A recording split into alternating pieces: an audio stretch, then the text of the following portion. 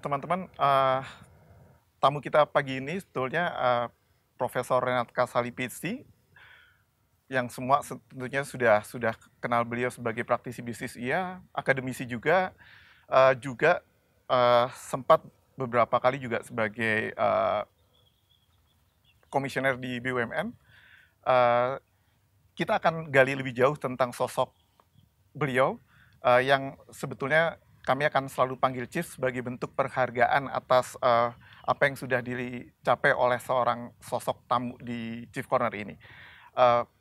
Chief, bisa ceritakan bagaimana sosok Chief bisa sampai di titik ini hari ini gitu ya, bagaimana kisah perjalanan atau jatuh bangunnya mungkin, dan juga bisa mungkin juga sosok yang berpengaruh dalam capaian Chief sampai hari ini sebetulnya, Chief. Hidup itu bukan suatu snapshot seperti foto yang ditampilkan di Instagram, tetapi hidup itu ada sequence-nya, jadi moving-nya. Dan sayangnya sequence ini tidak bisa disajikan dalam waktu singkat. Yang bisa disajikan adalah foto pada saat begini, pada saat ini, pada saat ini. Nah, sequence itu tentu panjang ya, peranan dari keluarga, peranan orang tua, pasti itu membentuk apa yang kita alami pada waktu kita kecil. Itu menjadi apa ya, menjadi inner voice dalam diri kita. Yang sekarang banyak muncul di masyarakat yang tidak terbaca itu yang disebut dengan inner child. Ya, bagaimana kejadian-kejadian di masa lalu yang membentuk seseorang pada hari ini.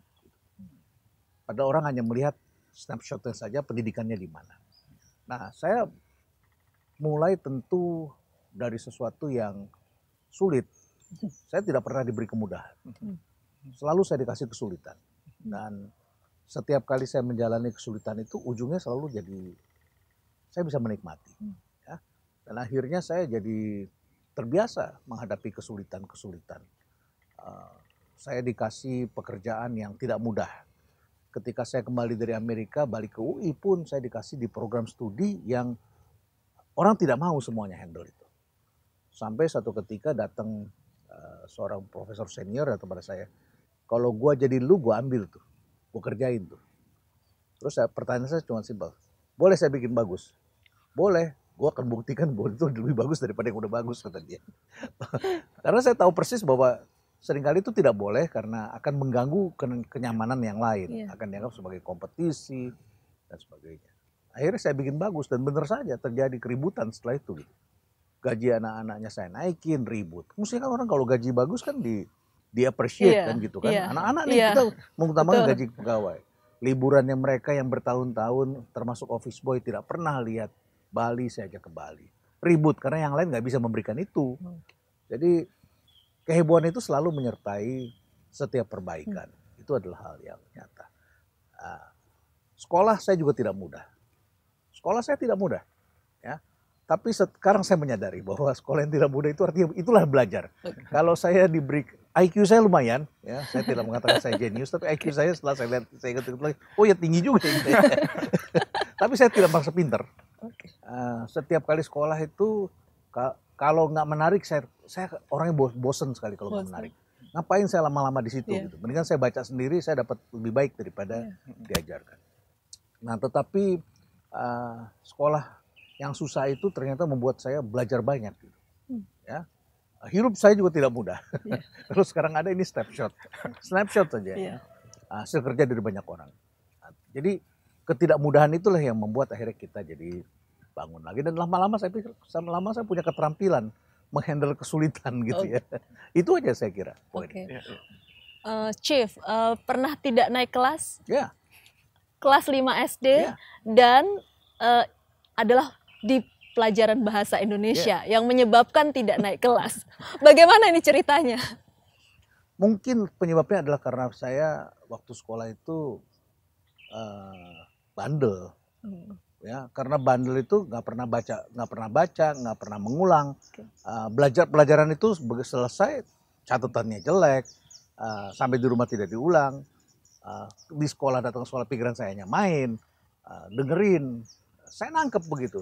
Tapi karena tidak diulang, jawaban saya seenaknya kan. Jawaban saya seenaknya. Pokoknya yang di logik saya saja saya bisa terima gitu ya. Saya masih ingat waktu itu persoalannya adalah soal lawan kata yang membuat guru saya marah. Ya, lawan kata kenyang apa?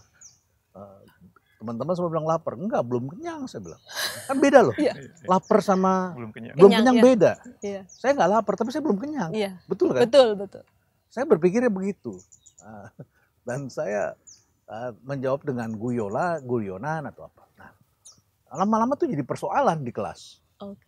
Ya, karena logik-logik seperti Iya. itu. Nah, ditambah lagi memang saya kalau di perjalanan menuju kelas, menuju sekolah, ada benda apa di jalan saya suka pungut, saya liatin begitu ya. Saya observe begitu. Iya. Ada kaleng saya tendang, bisa gitu ya. Jadi sepanjang jalan tuh bisa saja dari turun bis sampai ke kelas, itu kaleng yang sama saya tendang-tendang terus kayak anak autis aja gitu ya. Berkebutuhan khusus. Iya. Semacam itu, tapi bukan, saya nggak berkebutuhan khusus. Sudah pulang saya manjat pohon, tangan saya jadi kotor, setelah itu nulis di kertas itu juga jadi kotor. Jadi banyak catatan dari guru tentang saya. Nah, itu adalah pukulan terbesar dalam hidup saya. Teman-teman saya yang tidak naik kelas kelihatannya biasa aja tuh gitu. Iya. Tapi saya nangis gitu. Kok saya bisa nangis ya anak bandel gitu. Saya juga bingung hari ini. Kalau saya lihat ke belakang video itu begitu. Kok bisa ya saya begitu? Oke. Atau karena orang tua kemudian? Ya, orang tua terus kemudian saya lihat orang tua saya hidupnya juga tidak mudah, Iya. sulit. Iya. Dia bilang, kamu jadi apa kalau kayak begini terus? Dan itu diulang-ulang. Akhirnya kan membekas gitu Iya. dalam jiwa saya gitu, sangat membekas dan mungkin saya keajaiban ya, anak yang tidak naik kelas tahun depannya jadi juara kelas, lucu kan? Jadi saya udah pernah ngalami dua-duanya, juara kelas pernah, tidak naik kelas pernah gitu. Dan setelah saya lihat-lihat, kelihatannya lebih enak naik kelas daripada waktu jadi juara kelas. Kenapa? Kalau juara kelas, satu, kamu dituntut terus jadi juara. Setiap kali terima raport, orang selalu tanya, kamu ranking berapa? Terus kalau nggak ranking, kita tuh punya alasan. Itu karena dia, orang tuanya datang bawa biskuit. Dulu kemarin Raya pakai kongguan yang ada rantai emas itu ya. Betul. Jadi kita membuat alasan untuk membenarkan kesalahan kita, kekurangan kita. Jadi akhirnya kita tidak jujur gitu. Kita tidak jujur. Nah itu pada waktu saya nggak naik kelas itu kan saya main, happy, loncat, nggak mikir belajar begitu. Happy sekali. Begitu jadi juara kelas, bebannya banyak sekali. Beban banyak mempertahankan. Ya. Beda ketika kita menjadi dewasa. Kita dewasa itu kita tidak dapat nilai bagus, kita mikir uang kuliah gue semester depan siapa yang bayar. Beda dong. Kalau dulu kan nggak mikir, anak-anak kan nggak mikir. Betul. Uang ada aja begitu, walaupun orang tua kita juga balik. Tapi ketika kita jadi orang dewasa sekolah, ambil S2 atau S3, kita mikir nih pulang bisa malu nih, nggak lulus nih karena nggak dapat beasiswa atau apa begitu. Jadi kita mikir lebih jauh ketika kita jadi dewasa. Tapi waktu anak-anak itu seperti itu gambaran. Kemudian itu yang membuat Chief terus melakukan banyak hal dan terlihat tidak takut saya, takut terulang lagi. Saya kan takut dengan kondisi. Saya takut orang tua saya sedih. Saya takut ketika melihat ayah saya tidak punya pendapatan yang layak, rumah kami atapnya bocor, petir bersama-samaran di atas, listrik tidak ada, ya, pulang tidak ada nasi di rumah, tidak ada makan. Takut anak saya nanti tidak bisa makan seperti itu. Ketika saya membuat usaha, saya takut karyawan saya tidak bisa bergaji, begitu ya. Takut saya tuh banyak begitu. Jadi rasa takut ini muncul dalam alam bawah sadar untuk tidak kita lakukan itu pada orang lain. Jadi boleh ditarik kesimpulan bahwa kegagalan itu adalah bahan bakar untuk sampai sejauh ini, seperti tadi ditanya. Katanya kegagalan itu kan ibunya penemuan, katanya gitu. Mistakes is the mother for invention. Kalau kita nggak berani gagal, kita tidak akan menemukan hal baru kan begitu kan.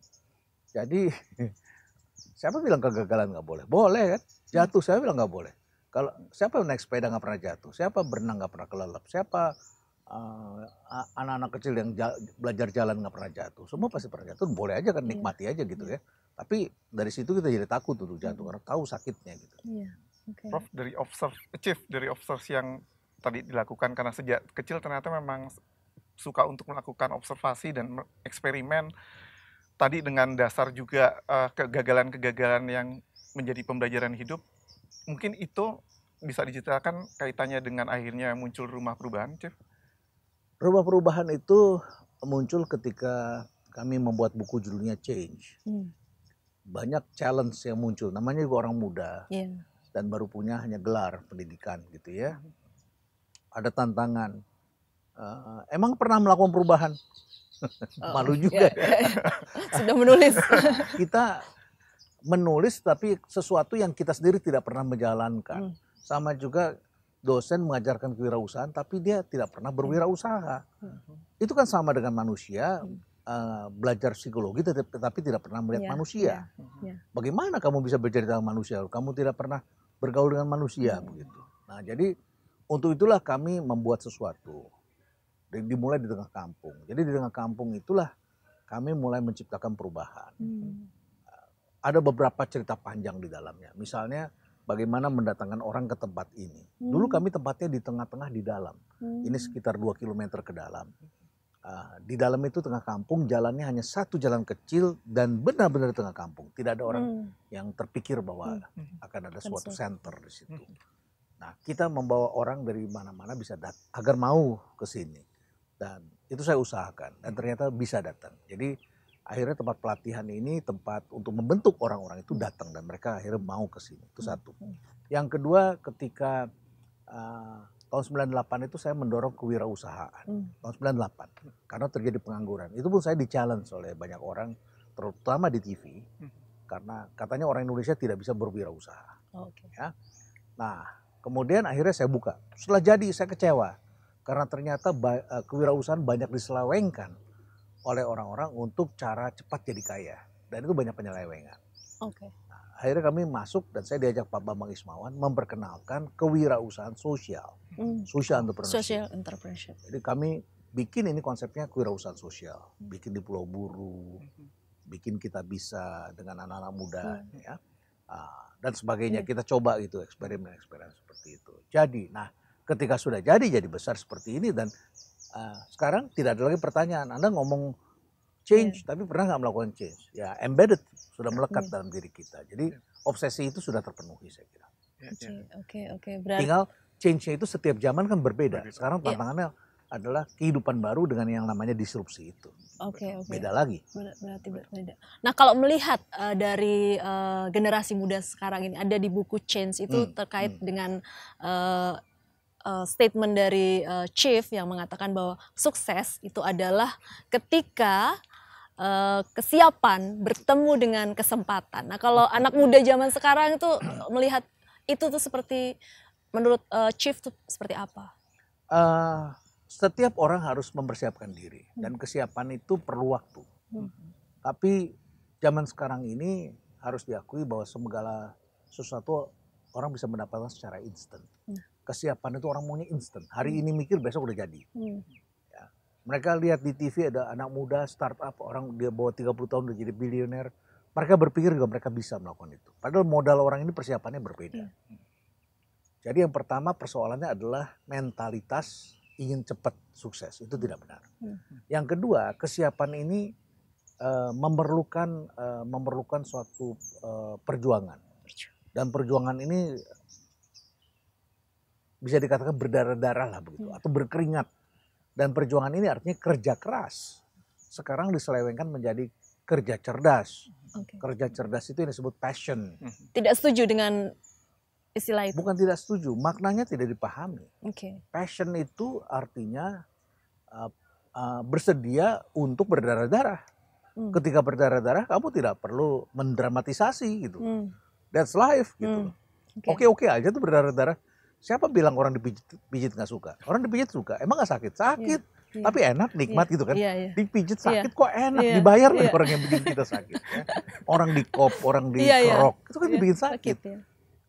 Jadi ketika kita menjalani sakit, kedukaan, kegagalan, kesulitan, nikmati aja begitu. Itu bagian dari persoalan kehidupan yang indah gitu. Kita naik gunung, emang gak capek? Dengkul lemes, lapar, turun lagi. Ya kan setelah sampai di atas harus turun lagi. Oke aja tuh gitu. Jadi ketidakpahaman orang itu tentang persiapan itu juga adalah passion. Dalam arti bukan menjalankan sesuatu yang enak-enak, tetapi adalah pengorbanan. Dan pada saat kamu melakukan pengorbanan dan penderitaan, kamu bersedia menjalani itu dan bisa menikmatinya. Begitu. Itu maknanya. Bisa menikmatinya. Kami mendirikan rumah perubahan, tidak setiap saat kami dapat uang untuk membiayai kegiatan. Kalau tidak punya uang ya kita sapu sendiri begitu kan. Jadi ketika karyawan tidak ada uang untuk digaji dari pendapatan, tabungan dipecahin, bayar. Begitu ya, penuhi itu. Jadi penderitaan itu oke-oke aja begitu, jalani aja begitu. Pandemi, saya ngomong dengan orang-orang bahwa pandemi itu ada hikmahnya, ada ledakan kreativitas. Sekarang ada yang bisa begini, bisa begini. Terus ada yang bilang, Pak Renald sih ngomong enak, Pak Renald hidupnya enak, saya menderita susah. Terus saya bilang, lu pikir gua nggak susah? Gua juga susah, saya juga susah dong, ya kan? Tapi dalam kesusahan itu saya tidak mengglorifikasi atau mendramatisasi kesusahan. Tolong dong gue lagi susah nih. Nggak begitu. Dalam keadaan susah itu saya berjuang. Iya, oke. Nah, seberapa besar arti integritas di dalam proses hidup Chief sampai hari ini dengan melakukan banyak sekali kegiatan aktivitas? Ini integritas itu tidak boleh kita klaim bahwa kita adalah manusia yang berintegritas. Saya orang yang takut sekali ngajarin integritas, mengucapkan kata integritas, saya takut sekali gitu ya. Karena orang mengukur kita ini bukan makhluk sempurna, kita ini bukan malaikat. Kita makhluk yang tidak sempurna dengan segala kekurangannya. Tapi we try harder, kita berusaha keras untuk supaya apa? Supaya menyatu antara kata dengan perbuatan. Supaya nyatu kata dengan perbuatan gimana? Ya pertama perbuatannya harus disesuaikan dengan kata-kata. Yang kedua berkata-katalah untuk sesuatu yang bisa kita jalankan. Dan untuk itu jangan sampai kehilangan harga diri, kehormatan. Itu yang penting. Jadi memperjuangkan itu esensinya. Seberapa jauh? Ini saya ceritakan aja ya. Saya suka sedih gitu lihat anak-anak saya. Kalau ikut tender di pemerintahan, kami tidak pernah menang. Tidak pernah menang satu pun dalam tender gitu. Anak-anak dari alumni kami ini rumah perubahan ini kalau ikut tender. Kenapa, Chief? Saya selalu mengatakan, udahlah kalau kalian ingin dengan kami bantu, nggak perlu pakai tender. Tapi aturannya harus tender. Iya. Ya kalau nggak mau tender, kami dapat paket-paket yang murah. Iya, betul. Nah, kenapa begitu? Nah, kami maunya dengan Pak Renald, dengan rumah perubahan, dengan ini. Oke, tapi harus tender. Nah, pokoknya diusahakan pasti menang katanya. Nggak menang juga tuh. Karena tiba-tiba ada anak-anaknya di sana di institusi yang bermain, informasi dibocorkan. Misalnya kami tawarkan harga X, mereka turunkan harganya, mereka bocorkan. Bagaimana orang bisa harga hanya beda sedikit sama kita terus dimenangkan di sana. Kadang-kadang ada dokumen yang sengaja dibikin kami nggak punya gitu. Kami ini kan bukan membuat sesuatu dengan meniru orang lain. Kami meng-create konsep-konsep yang kami tawarkan dari ilmu pengetahuan yang kami dapatkan, yang kami kembangkan begitu. Terus setelah kami kalah, kami dipanggil karena pimpinannya mau dengan Bapak, gini aja deh, yang menang kan dia Pak. Gimana kalau misalnya tetap dia yang menang, tapi Bapak yang jalankan, nanti budgetnya dibagi 2. Saya bilang no way, gak usah lah. Ya bukan soal uangnya, tapi rasanya tidak pantas itu dilakukan. Gitu. Jadi akhirnya kami berpikir caranya kita cari pendapatan untuk membiayai aktivitas kita itu bukan dengan seperti itu. Dunia ini tidak mudah kita jalani. Menteri-menterinya baik, tetapi di sekitarnya itu, di bawahnya itu, ada pimpinan juga tidak berani. Kalau dokumen dari bawah itu sudah tertulis seperti itu, nanti mereka yang diperiksa. Jadi auditor itu kan memeriksa, loh ini kenapa? Udah dinyatakan sama anak buah yang menang si A, kenapa dikasihnya ke si B? Mereka jadi korban nanti. Dan saya tidak mau mengorbankan mereka karena itu. Jadi dalam menjalankan bisnis itu penting tidak?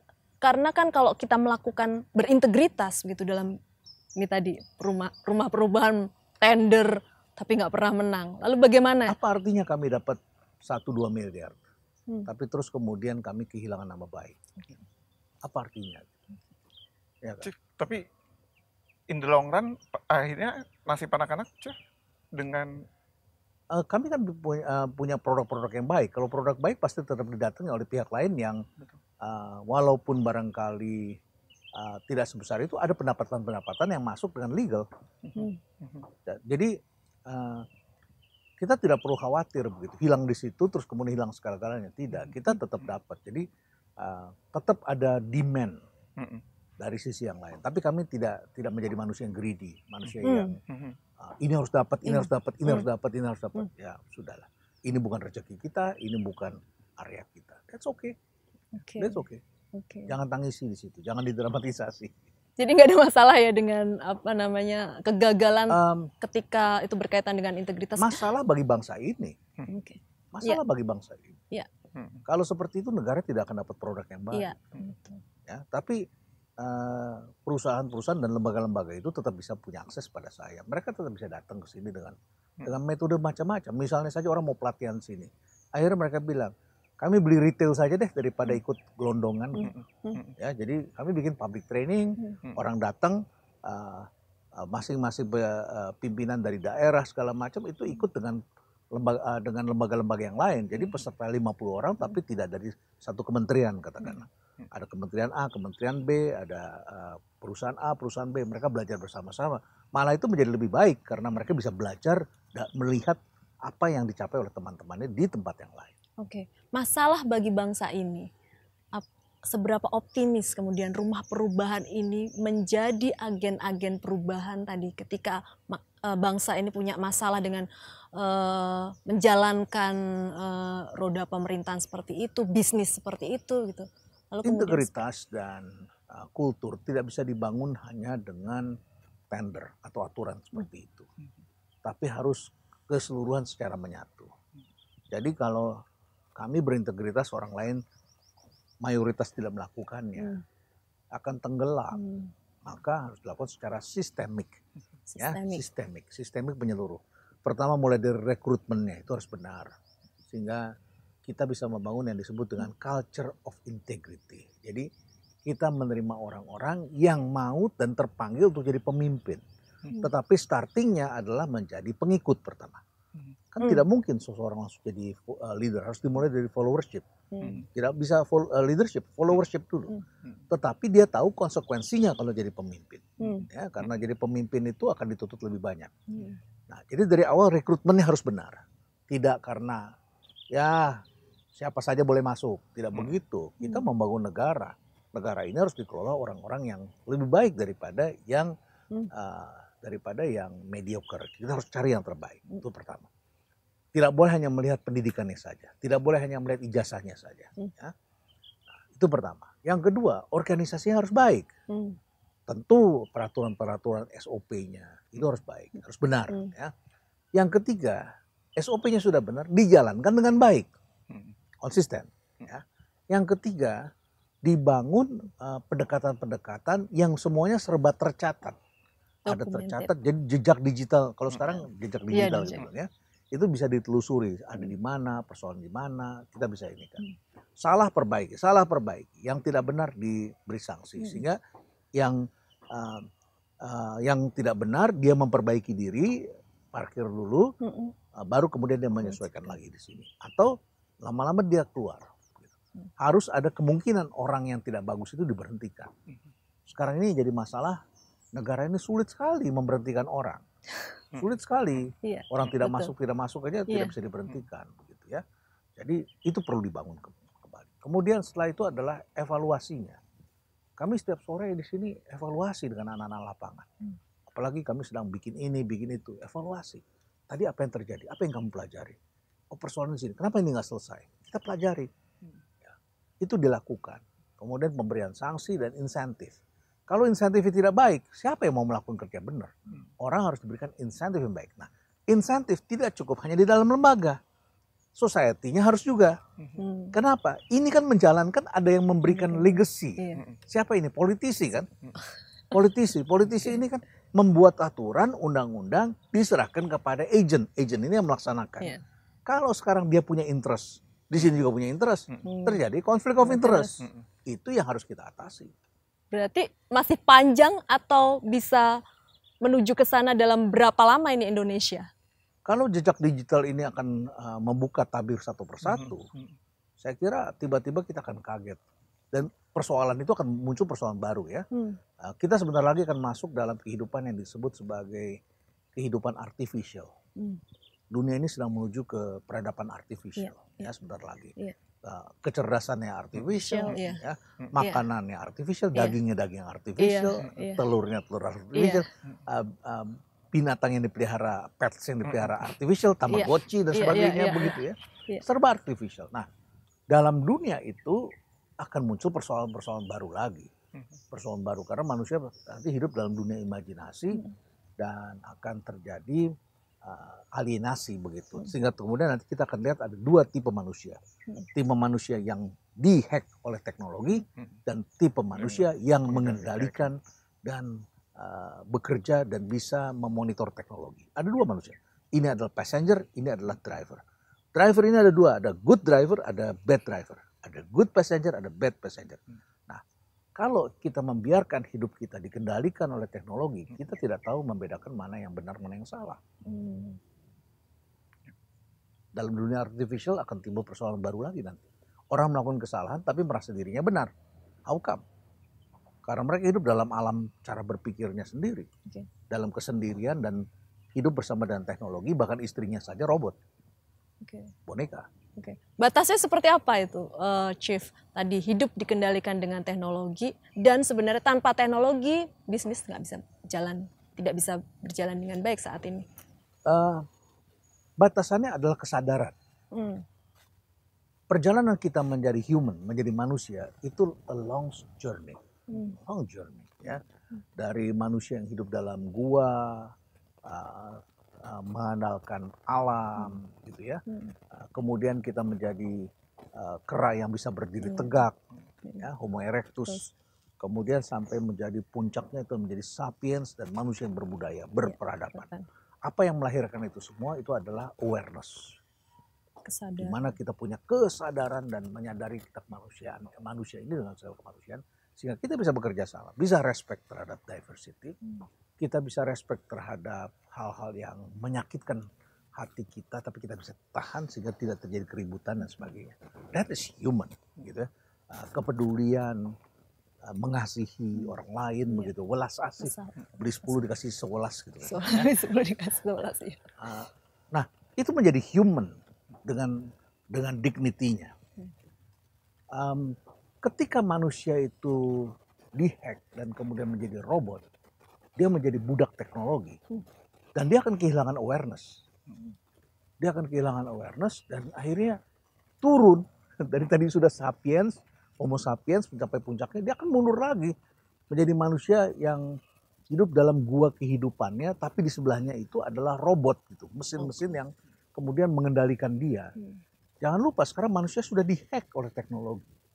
Dan dalam kehidupan seperti itu, manusia tidak tahu yang benar, yang mana yang salah. Kesadaran tidak ada. Sehingga muncullah ekses-ekses seperti misalnya pembantaian, keluar dari rumah bawa senjata, tembak orang yang berbeda. Dianggap itu salah semua karena dia dihack oleh teknologi. Terkait dari ini, jadinya sejauh mana, kalau basicnya balik ke akhirnya human tapi dengan kompetensinya dan etik kayaknya. Kita akan kalah kompetensi dengan AI. AI itu bisa membuat AI. Robot bisa membuat robot. Apa yang kita bisa menang? Sekarang AI sudah bisa membuat puisi yang lebih baik daripada manusia dan dimuat oleh jurnal yang terkenal. Dan ketika dimuat, orangnya tidak tahu bahwa itu robot yang membuat. Itu adalah AI yang membuat. Lukisan Rembrandt sudah bisa dibuat dengan kecerdasan buatan, polanya sudah ketahuan, tinggal diperintah, jadi lebih bagus. Kalau kompetensi itu dianggapnya adalah pengetahuan, kompetensi itu dianggapnya adalah skills, AI dan robot bisa membuat lebih baik. Yang tidak dimiliki oleh robot dan mesin itu adalah awareness tadi. Jadi manusia harus punya kesadaran tentang hidupnya adalah, kita ini adalah manusia yang lahir dan dibesarkan dan dididik dalam satu peradaban. Itu yang mengikat kita. Dan itulah menjadi manusia tidak frustasi. Karena suatu ketika dia akan kesepian, dia akan meratapi kematian, dia akan meratapi rasa sakit. dia akan menghadapi ketakutan-ketakutan yang tak terperikan gitu ya.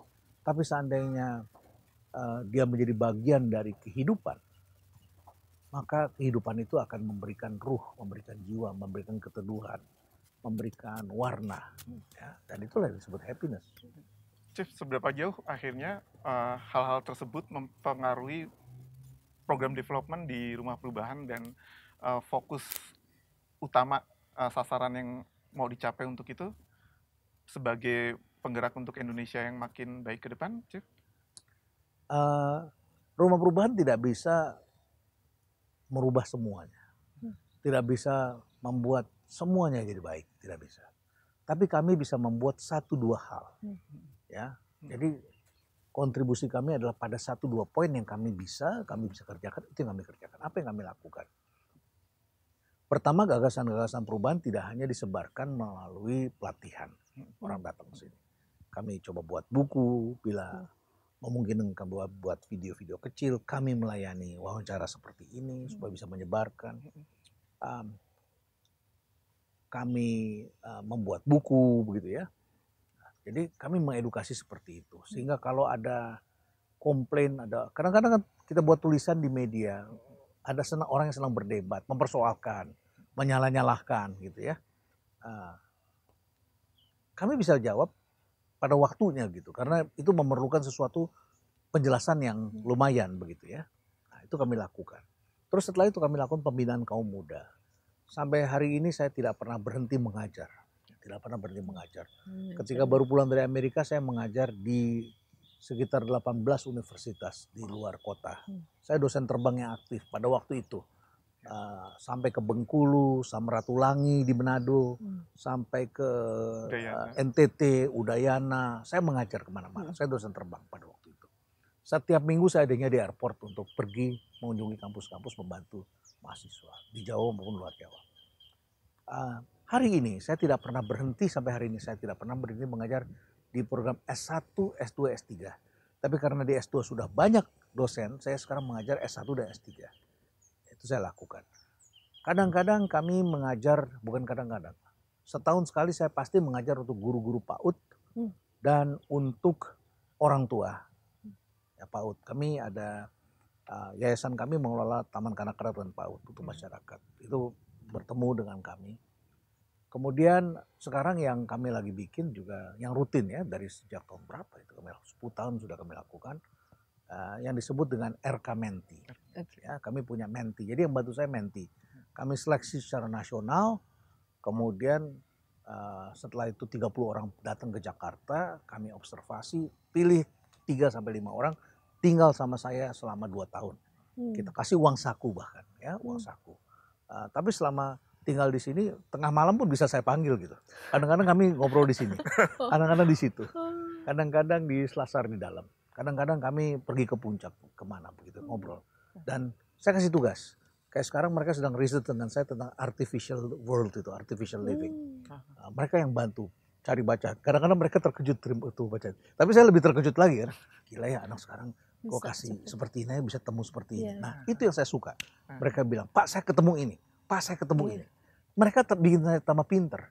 Tapi triggernya itu dari sesuatu yang kami dapatkan dari apa. Terus kemudian mereka bikin. Tinggal sama saya, makan sama kami di sini, jalan pergi ke. Kalau sebelum pandemi bahkan ada, kalau saya ada conference di Cambridge, mereka pernah ikut ke Cambridge, ada yang pernah ikut ke India, ada yang pernah ikut ke Dubai begitu ya, ke macam-macam negara, ke Jepang, mereka ikut sama saya begitu ya. Jadi ketika saya pergi, disediakan oleh rumah perubahan tiketnya apa tuh, setelah itu belajar lagi, setelah itu ceritakan sama teman-teman apa yang kalian pelajari dari situ. Nah, RK Menti ini melatih mereka melihat bahwa orang seusia saya ya masih mau bekerja keras seperti ini. Kami mencari sesuatu bukan dengan kemudahan, bukan dengan fasilitas, bukan jual nama besar, tapi bekerja. Itu yang saya tunjukkan pada mereka, sehingga mereka, harapan saya akan menjadi pekerja keras, berpengetahuan, berwawasan, berkesadaran. Gitu ya. Nah, sekarang kami bikin lagi yang kedua, namanya The Future Docent. Future Docent. Jadi sebetulnya sudah disiapkan awal tahun kemarin. tapi tertunda karena pandemi, puncaknya pandemi. Kami juga tidak punya pendapatan yang cukup untuk membuat itu pada waktu itu, tengah-tengah pandemi. Jadi kami maintain yang ada dulu. Nah sekarang akan segera dijalankan. Future Apa Dosen. itu?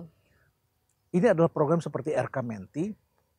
Nah, tapi para dosen biasanya sudah berumah tangga jadi tidak perlu tinggal di sini. Kalau mereka mau tinggal di sini kami ada mesnya. Dan sehari-hari akan riset sama saya. Saya akan ajarkan cara mengajar yang baik. Ya, melakukan riset. Dan harapan saya 5-10 tahun ke depan setelah mereka berkarir sebagai dosen, tetap network dengan kami.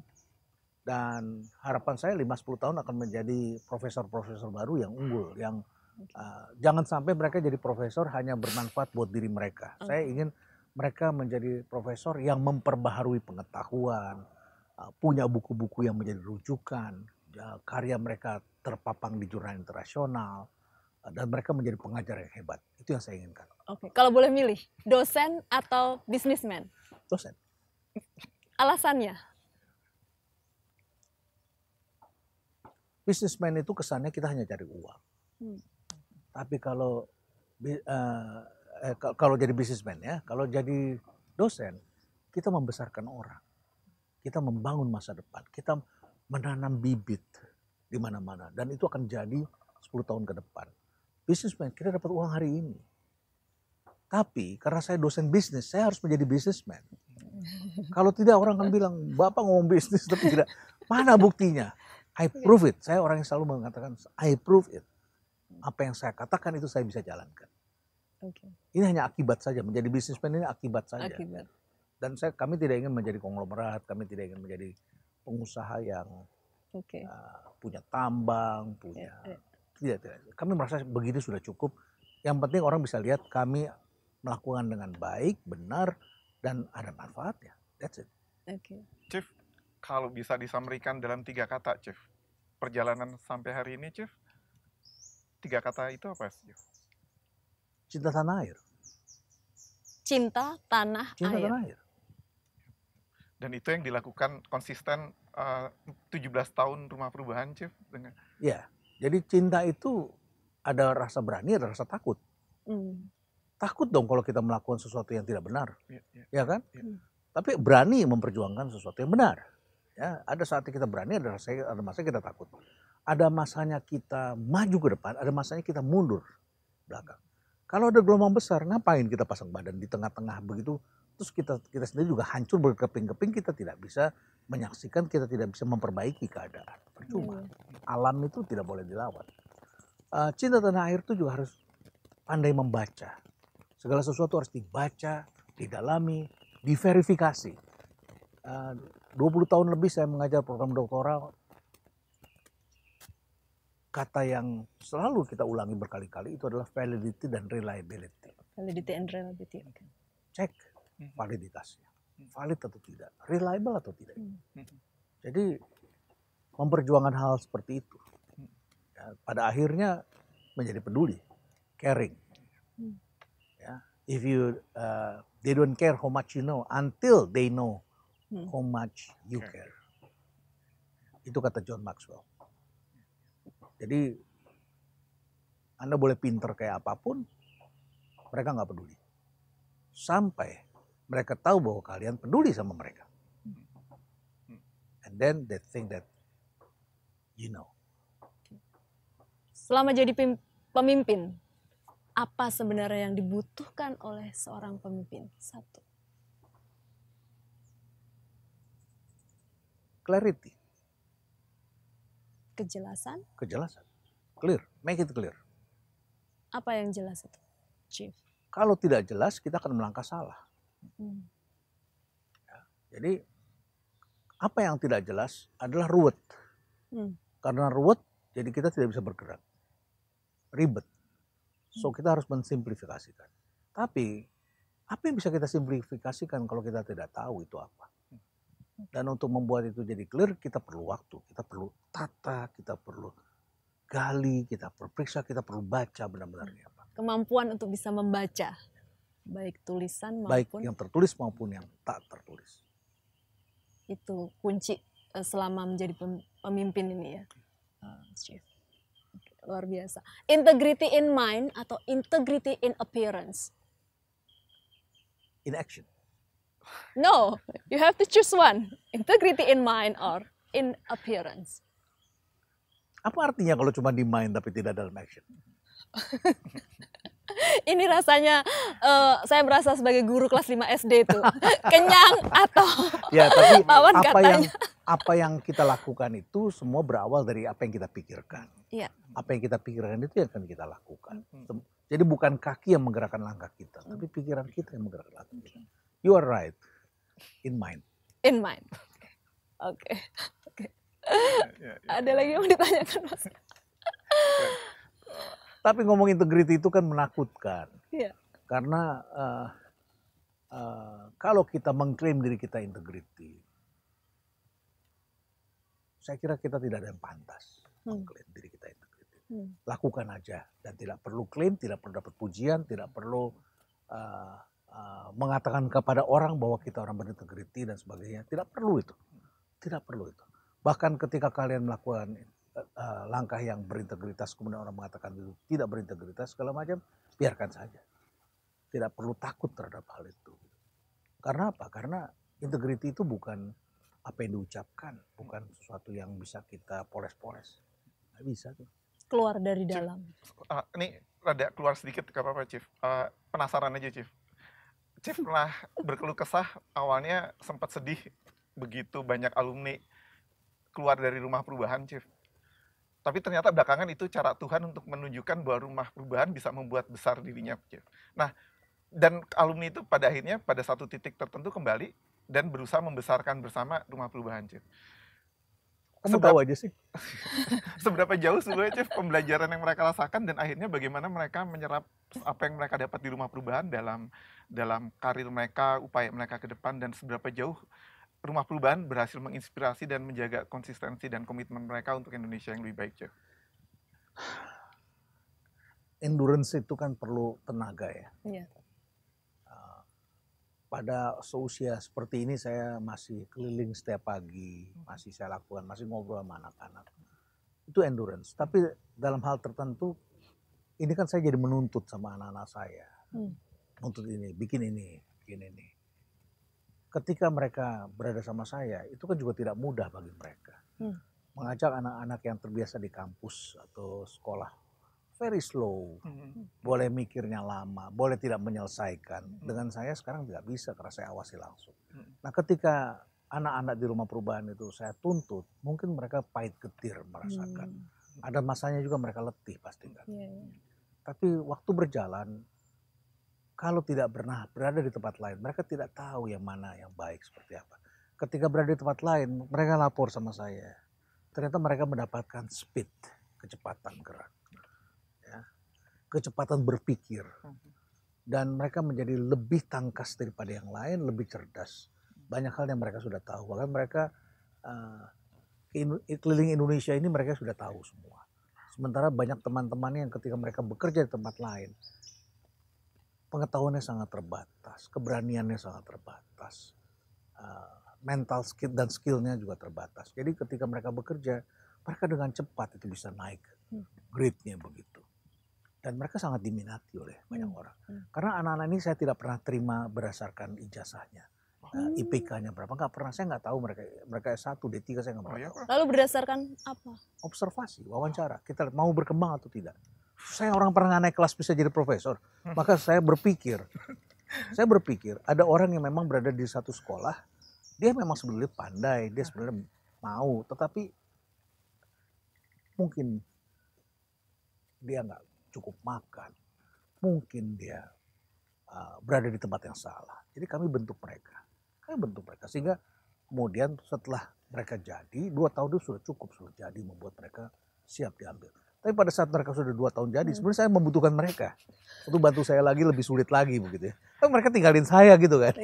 Itu kan kepedihan sebetulnya. Sampai kemudian terjadi pandemi dan saya tidak bisa mempertahankan mereka semuanya karena mereka juga diminati oleh banyak startup, diminati sekali dan godaannya lebih besar. Mereka digaji 3 kali lipat, bukan 2 kali, 3 kali lipat, ya, di startup tertentu. Dan ketika mereka keluar, saya sedih dan kadang-kadang saya agak marahin sedikit, agak musuhin dikit gitu ya. Kayak seperti bapak sama anak yang marah, anak yang mau ninggalin gitu kan. Seperti itu ada di dalam saya. Tapi setelah itu berapa bulan kemudian mereka kontak staf-staf kami minta ketemu, mereka macam-macam lah langkahnya. Mereka bawa perusahaan yang menjadi klien kami di sini, mereka ajak karyawannya ke sini. Kemudian mereka bahkan membantu anak-anak. Jadi kalau ada event kami bikin RK Menti, mereka muncul datang semua untuk kemudian mereka jadi mentornya di sini gitu ya. Luar Jadi biasa. seperti itu. Luar Dan biasa saya bisa sekali. tunjukkan, oh ini dulu mahasiswa saya. Oh, ini dulu asisten Bapak, iya. Dia mulainya dulu dari bawain saya laptop ketika saya presentasi dia siapkan. Sekarang menjadi nama besar begitu di luar begitu ya. Ya itu kebanggaannya seorang pendidik. Mereka berhasil, kita senang. Oke. Oke. Jadi setiap saat saya dikelilingi anak muda. Nah, itu kesempatan kan sebetulnya untuk Betul. mendapatkan ilmu baru lagi. Iya, Chief. Iya. Karena yang muda-muda itu datang dan tunjukin, Pak, ini caranya pakai ini, Pak. Pak sekarang pakai ini. Kok kamu tahu sih? Iya, Chief. Dan akhirnya ketika saya menjadi komisaris di salah satu BUMN yang sudah tua, yang udah apa begitu, saya merasa ini tua-tua semua orang-orang di sana. Iya. Ternyata saya ketuaan, terus kemudian saya tugaskan mereka, kamu kirim ini lewat pos, kamu lihat ini, terus kamu lihat ini. Terus mereka tunjukin, ini Pak begini caranya begini. Yang saya ajarin itu udah ketinggalan zaman. Jadi saya harus perbarui lagi dari bahan dari mereka. Sehingga lahirlah buku-buku yang Iya. teman-teman kadang-kadang kaget kan. Kok Pak Renald bisa melihat seperti itu kadang-kadang. Oke. Karena saya dibantu anak-anak muda. Iya. Kalau boleh share, apakah ada satu yang masih ingin dilakukan?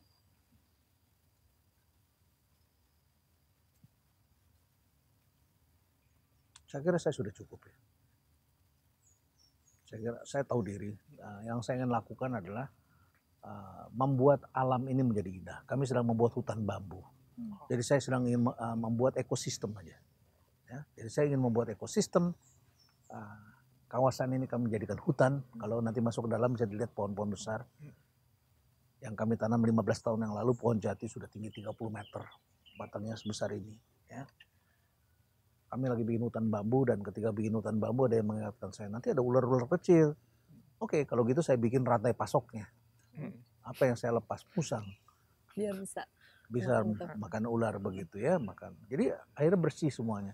Karena begitu ada ular kecil dimakan oleh musang. Kemudian kalau ada ular yang bertelur, ada biawak di sini yang makan telurnya. Itu makanan. Jadi rantai pasokan alam ini indah sekali. Jadi malam hari saya bisa lihat musang naik pohon. Ini ada pohon kueni di sini. Pohon kueni. Ini pohon rafflesia. Ini dibawa orang dari satu konservasi. Ini rafflesia sudah sebesar ini. Mungkin dalam setahun 2 tahun ini akan berbunga. Ya. Pohon-pohon langka kami tanam. Air itu kami bersihkan. Jadi yang saya ingin saksikan adalah ekologi. Karena penduduk sebentar lagi akan bertambah menjadi 8 miliar jiwa di dunia ini. Dan artinya air semakin kotor, oksigen semakin tidak bersih, pohon semakin ditebang untuk dijadikan pemukiman, pangan akan semakin sulit, dan yang bisa saya kontribusikan cuma satu, alam yang bersih dan indah. Oke, menarik sekali, inspiratif ini yang disampaikan oleh Chief. Ada lagi yang mau disampaikan? Sudah, oke. Satu pesan untuk generasi muda. Jangan takut menjadi pemimpin, karena menjadi pemimpin itu ada konsekuensinya. Pemimpin orang yang bekerja lebih banyak, lebih keras, lebih mau berkorban, lebih mau menderita, dan lebih bisa membaca dengan jelas ke depan. Jangan takut jadi pemimpin. Dengan segala banyak orang mau jadi pemimpin kesulitan, tapi tidak tahu konsekuensinya. Jadi pemimpin itu konsekuensinya dituntut dan bekerja lebih keras. Yang dibutuhkan oleh seorang pemimpin, anak muda, tadi ya, kesadaran. Kesadaran. Berarti jangan takut untuk menjadi pemimpin yang penuh atau membawa terus kesadaran. Artinya menjadi manusia. Karena banyak yang belum menjadi manusia. Atau sudah berubah menjadi robot. Itu kutipan yang ada di bukunya Max Havelaar, Chief. Tugas manusia adalah sesungguhnya menjadi manusia, Chief. Jadi Atau memanusiakan manusia. Itu Samratulangi juga. Chief, tapi sebetulnya ini pengakuan terakhir, Chief. saya harus jujur sampai hari ini, Chief, di semua sesi saya, pembekalan buat siapapun, ASN, mahasiswa, komunitas, saya selalu kutip dari buku Change, Chief. 5 kata terindah sesungguhnya, Chief. Jadi terima kasih banget, Chief. Dan saya selalu bilang ini saya kutip dari bukunya Prof. Renald Kasali, Chief. Jadi ya, itu 5 kata terindah. Mungkin bisa Kasih. disampaikan? 1 kata terindah, Prof. Maaf. Maaf, 2 kata terindah. terima kasih. 3 kata terindah, Prof. Negeriku dalam kesulitan, Prof. Negeriku dalam kesulitan. Negeri. 4, negeriku dalam kesulitan. Negeriku dalam kesulitan. 4 kata terindah adalah negeriku sulit untuk berubah, Prof. Oke, yang kelima. Dan yang kelima yang saya selalu bilang, ajak mereka untuk teriak, kepalkan tangan sambil hentakan kaki, Prof. Di depan ribuan peserta biasanya adalah negeriku butuh aku untuk berubah, Prof. Jadi terima kasih banget itu. Makasih. Menginspirasi. Makasih. Saya sudah hampir lupa itu buku tahun berapa, tapi saya ingat Change esensinya. 2005. 2000. 2005. Dan itu sampai sekarang 15 tahun yang tetap lalu. menginspirasi seluruh generasi. Dan Makasih, tetap relevan. Tetap hidup di Tetap hidup. jiwa Mas dan teman-teman. Makasih. Oke. Baik, terima kasih, Chief. Makasih. Ya, terima kasih kita pagi hari ini sudah berbincang dengan Chief, dengan Profesor Renald Kasali. Banyak sekali hal yang bisa kita dapatkan dari perbincangan pada pagi hari ini. Kita akan bertemu lagi dengan dalam The Chief Corner berikutnya. You can only live once, but if you do it right, once is enough.